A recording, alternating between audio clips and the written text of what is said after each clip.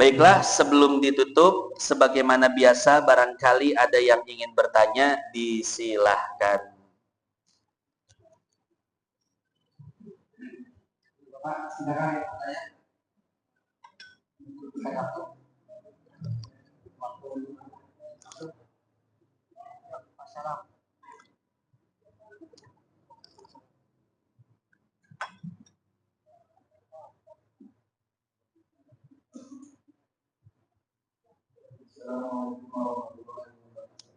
Waalaikumsalam warahmatullahi wabarakatuh.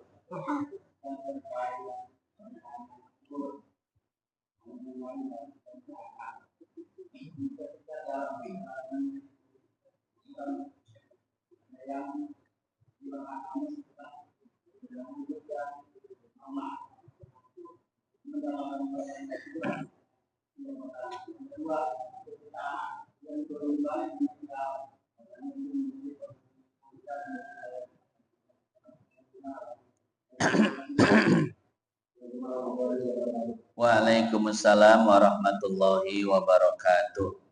Apakah orang gila mendapatkan pertanyaan kubur atau tidak? Maka para ulama mengatakan dilihat dulu dari kapan gilanya. Kalau gilanya dari kecil, dari sebelum balik sampai dia wafat, maka tidak ada pertanyaan kubur untuknya. Tapi kalau seandainya gilanya itu setelah balik, umur 15 tahun, balik biasa, tapi kemudian ada insiden kecelakaan di umur 20-30-an misalkan, sehingga menyebabkan orang tersebut hilang kewarasannya sehingga menjadi gila. Nah, kalau sempat balik berakal, maka tetap orang tersebut mendapatkan pertanyaan kubur dan juga amalnya akan dihisab. Dari kapan? Dari mulai balik sampai dia gila, itu yang dihisab. Nah, itu yang pertama. Yang kedua,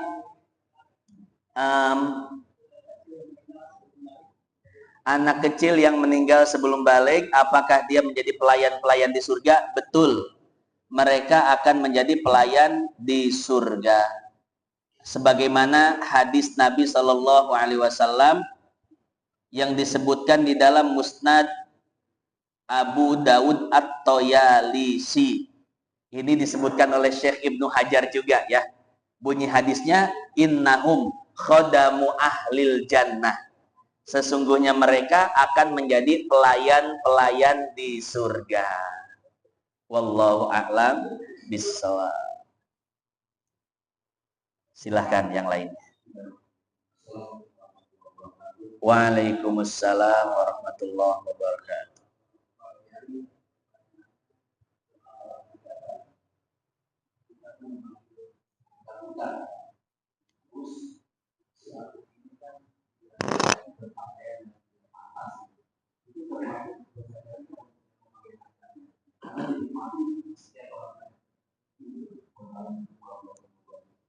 Waalaikumsalam warahmatullahi wabarakatuh. Iya, betul ya. Jadi yang punya hajat memakaikan pakaian seragam, begitu ya, untuk yang apa? Oh, memanggil artis dangdut. Iya, betul. Ya, yang punya hajat manggil dangdutan. Biduannya, pakaiannya, ya begitu ya. Akhirnya dinikmati oleh orang-orang yang datang, haji lagi, pakai peci. Ya, apakah itu jadi dosa jariah? Betul. Maka yang punya hajat itu mendapatkan bagian daripada dosa tersebut. Ya. Di dalam hadis riwayat Muslim, man sanna sunnatan sayyi'atan falahu wizruha wa wizru man amila biha ila yaumil qiyamati min ghairi an yanqusa min auzarihi syai'an. Itu hati-hati, makanya yang punya hajat ya. Yang punya hajat Pertama, kalau ingin ada hiburannya, maka hiburan yang islami, yang tidak ada unsur maksiatnya. Ya bisa manggillah gambus-gambus, yang penyanyinya itu laki-laki, atau boleh perempuan tapi tertutup dan jangan ada joget-jogetnya. Pesen Pak, sama si teteh-teteh gambusnya, teh nyanyi aja, nggak usah joget-joget. Takut Pak Haji nyawer. Ya, itu pesen jangan ada joget-jogetnya. Ya, ya gerakan tipis lah bisa Pak Haji. Gerakan tipis aja. Jangan kayak yang ngebor-ngebor, yang jangan begitu. Ya, ya gerakan-gerakan tipis yang nggak jadi patung juga. Ada gerakan-gerakan tipis. Ya, boleh nyanyi, jangan pargoy dan lain sebagainya. Bisa seperti itu. Ya, karena begini Pak, kalau seandainya memanggil hiburan yang tidak islami, misalkan tadi dangdut, kemudian terbuka aurat dan lain sebagainya, yang berdosa bukan cuma biduannya, tapi juga sohibul hajatnya akan terkena bagian dosa. Itu yang pertama. Yang kedua, yang hiburannya tidak islami, maka tamu undangan tidak wajib untuk datang menghadiri walimah tersebut. Saya sering tidak datang, Pak. Sering tidak datang ketika diundang ke acara-acara pernikahan. Kenapa? Karena tadi hiburannya, Pak. Ya, hiburannya dangdut-dangdut. Ada satu acara pas saya datang, itu biduannya lagi joget dan nyanyi. Untung biduannya tahu, Pak Ustadz datang. Berhenti dulu tuh biduannya. Itu yang nggak kenal cuek aja Pak, Ustadznya dibor. Ya, tetap dia joget-joget. Maka kadang sebagian saya nggak datang karena itu Pak. Karena memang di kita ini ya, yang ada hiburannya ya, berarti tidak wajib untuk menghadiri ya. Bahkan ketika tidak ada hiburannya pun saya kira tidak wajib di kita ini. Kenapa? Pertama, acaranya itu bercampur antara laki-laki dan perempuan. Yang kedua, tamu undangan coba bagaimana pakaiannya. Walaupun ditutupi, ada kerudungnya, pakai gamis, tapi kan lekukan tubuhnya Pak ya. Ya bagian atasnya, bagian bawahnya, pinggul rampingnya kan kelihatan semua. Ya, maka acara hajatan di kita ini nggak wajib dihadiri. Karena tadi ya walaupun mungkin tidak ada hiburan-hiburan yang ada unsur maksiatnya, tapi ketika acara pesta pernikahan campur tamu undangan laki-laki dan tamu undangan perempuan, dan pakaiannya kan Masya Allah. Pulang dari situ tahajud malam nggak khusyuk Pak, keinget terus, ya Allah gelis amat ya. Lah haji juga manusia Pak. Karena laki-laki itu begitu Pak, laki-laki sekali ngelihat langsung screenshot. Ngelihatnya memang begini doang, tapi langsung cek, langsung ke otak, kebayang bisa 3 hari 3 malam, seminggu lebih bisa Pak. Laki-laki emang setelan otaknya begitu. Kalau perempuan enggak. Kalau perempuan berarti itu laki-laki normal. Kalau perempuan enggak Pak? Perempuan itu memang desainnya matanya mata jelalatan. Semua dilihat sama perempuan. Ya, makanya Bapak jangan GR kalau diliatin perempuan cakep. Kenapa? Matanya doang ngeliatin kita, otaknya kosong. Itu perempuan, otaknya kosong Pak. Matanya doang jelalatan. Beda sama laki-laki. Laki-laki itu nggak jelalatan, diem, cool. Tapi sekali ngelihat yang cakep, screenshot, langsung di save di otaknya nih, dicari orang mana tata. Randa lain dah. Itu laki-laki Pak. Ingat seminggu itu masih dicari terus profilnya, orang mana, janda atau bukan, dibayang-bayang dan lain sebagainya. Itu laki-laki normal. Ya, makanya kalau acara-acara begitu jangan hadir deh Pak, ngerusak hati kita, ngerusak pikiran kita. Nah jadi seperti itu. Tadi apa pertanyaannya? Oh iya, yang dosa jariah, ya sudah terjawab ya. Ya, jadi dosa jariah itu selain biduannya yang mendapatkan dosa, sohibul hajatnya pun mendapatkan bagian dari dosa tersebut. Wallahu a'lam bishawab. Masih ada Pak? Saya menambahkan. Ya. Yang tadi hal bahwa anak kecil atau bayi bisa menyambut orang tuanya berarti tabungan lah. Tabungan buat orang tuanya. Nah, berarti mau muslim non muslim tetap itu anak kecil masuk surga. Setuju kan? Assalamualaikum warahmatullahi wabarakatuh. Saya kutip surat Fajar ayat terakhir barangkali sedikit dan bunyinya ya ayat maksud fa'in irji'i ila rabbika radiyallahu fadhuri fi ibadi fadhuri jannah. Ini kan ayat ini berlaku buat anak kecil maupun dewasa. Ya, begitu Pak. Oke. Yang saya tanyakan, saya analogikan tadi kan bahwa anak kecil bisa mengantarkan orang tuanya tabungan nanti di akhirat barangkali masuk surga atau seperti apa?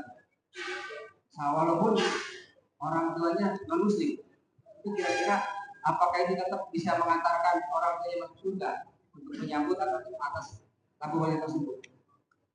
Ya kan tadi kan sedang bahwa nanti kalau seandainya anak kita masih di bawah umur wafat, itu tabungan buat orang tuanya. Yang pertama tuh pertanyaan. Yang kedua, saya masih ingat masa kemarin sama Pak Yusuf saya masih bahas masalah tasawuf. Ada beberapa tingkatan, ada yang disebutkan ikhlasul ibad, ya sebutnya tuh abidin, betul ya, abidin, bukan muhibin, arifin, ya katakan ya ibad kan, ikhlas ibad, betul, ikhlasul ibad, ikhlasul muhibin, ikhlasul arifin, yang tertinggi itu. Nah, kita kan nggak tahu tuh masuknya mana kelompoknya. Nah, seandainya kita cuma hampir rata-rata, kalau kata sholat kita ukurannya tuh yang dasar, ikhlasul ibad. Rata-rata. Nah ini kalau kau ini apa fadilahnya, apa maknanya kan gitu. Nah sekarang untuk mencapai muhibin, arifin, kita tuh jurus apa yang kita pakai? Yang kira-kira sakti dan itu bisa sampai ke arifin. Waalaikumsalam warahmatullahi wabarakatuh. Terkait syafaat anak, orang tua mendapatkan syafaat dari anaknya dengan syarat orang tua tersebut beriman kepada Allah dan Rasulnya. Jadi kalau tidak beriman pada Allah dan Rasulnya, maka dia tidak akan mendapatkan syafaat. Walaupun anaknya tersebut meninggal dunia dalam keadaan belum balik, belum berakal, atau misalkan anaknya tersebut anak soleh, hafal Quran dan lain sebagainya, maka orang tuanya tidak bisa mendapatkan syafaat dari anak-anak tersebut kecuali mereka beriman kepada Allah dan Rasulnya. Jadi syarat dapat syafaat adalah iman. Yang kedua, bagaimana cara mendapatkan derajat ikhlasul muhibbin dan arifin? Ya, caranya dengan riyadhah ruhiyah, yaitu latihan batin. latihan spiritual. Bagaimana caranya? Caranya pertama harus ada guru pembimbing. Ya, bahasa lainnya mursyid, bahasa lainnya murabbi. Jadi dia harus mengikuti satu ulama yang sudah mencapai tingkatan tersebut. Kemudian dekat dengan ulama tersebut dan senantiasa meminta arahan-arahan. Nah, kalau sudah dekat, kemudian memiliki hubungan yang kuat, hubungan batin, nanti ulama tersebut akan menjadi murabbinya, pembimbingnya. Kalau batinnya sudah nyambung, nanti dia akan menjadi mursyid. Nanti diarahkan, ya. Kalau emang benar pengen mencapai derajat ini, nanti diarahkan oleh guru pembimbingnya. Harus begini, harus begitu. Yang kedua, bisa sendiri. Tapi kalau sendiri lama. Harus bagaimana? Harus jadi ustadz dulu. Harus jadi kiai dulu. Bagaimana caranya jadi ustadz? Pertama, belajar bahasa Arab dulu. Nahu, sorof, balaghah, ilmu fikih, usul fikih. Jadi ilmu-ilmu zohir dikuasai dulu. Setelah bisa ilmu zohir, bisa baca kitab, ya, nanti bisa mencapai tingkat itu sendirian karena sudah punya dasar. Karena kalau tidak punya dasar dan tidak punya guru, yaitu nanti jalannya kemana aja. Banyak-banyak muhlikat, banyak virus-virus kolbu nanti yang masuk. Kayak misalkan riya masuk, nggak ketahuan, ujubnya masuk, nggak ketahuan, takaburnya masuk, nggak ketahuan, dan lain sebagainya. Jadi kalau ada guru pembimbing nanti ketahuan, tuh ada yang masuk, bersihin dulu. Itu yang masuk, bersihkan. Yang masuk, bersihkan. Itu guru pembimbing. Atau misalkan sudah menguasai ilmu syariatnya, ilmu fikih tauhidnya, baru masuk tasawufnya, itu bisa sendiri. Tapi kalau belum bisa, belum menguasai ilmu zohir, fikih tauhid, terus nggak ada guru pembimbing, ya maka tidak bisa untuk mencapai itu. Karena tadi tidak tahu pos-pos mana yang harus dilalui. Nah, jadi mungkin kalau buat kita yaitu cari guru pembimbing. Dan itu susah Pak, guru rohani itu susah. Ya, dan itu jodoh-jodohan. Kalau guru fikih, guru ngaji kayak saya mah gampang. Bapak nyari guru kayak saya banyak di mana-mana. Guru kitab, guru fikih. Tapi guru rohani yang waroknya, akhlaknya, ibadahnya itu udah sempurna semua. Ya, nah itu agak sulit dan jodoh-jodohan. Lalu bagaimana solusinya? Ya udah jalani aja yang dasar-dasar. Yang dasar dulu, ikhlasul ibadnya dulu kita sempurnakan. Kalau misalkan ikhlasul ibadnya kita benar-benar ikhlas, benar-benar kita menjalani itu dengan sungguh-sungguh, mudah-mudahan Allah pertemukan kita dengan guru rohani, itu saja harapan kita, ya. Wallahu a'lam bishawab. Masih panjang ini. Ya, kita tutup dengan Ummul Quran suratul Fatihah. Mudah-mudahan yang sedikit ini manfaat jadi tabungan kita di akhirat. Al-Fatihah. Auzubillah. Ar-Rahman. Iyyaka na'budu wa iyyaka nasta'in. Shiratal ladzina waladhdallin. Allahumma taqabbal minna salatana wa siyamana wa qiyamana wa ta'limana wa ta'allumana wa tammim taqsirana ya Allah ya arhamar rahimin. Sallallahu ala sayyidina Muhammad an-nabiyil ummi wa ala alihi wa sahbihi wa sallam. Walhamdulillahi rabbil alamin. Subhanakallahumma bihamdika nashhadu an la ilaha illa anta nastaghfiruka wa natubu ilaik. Assalamualaikum warahmatullahi wabarakatuh.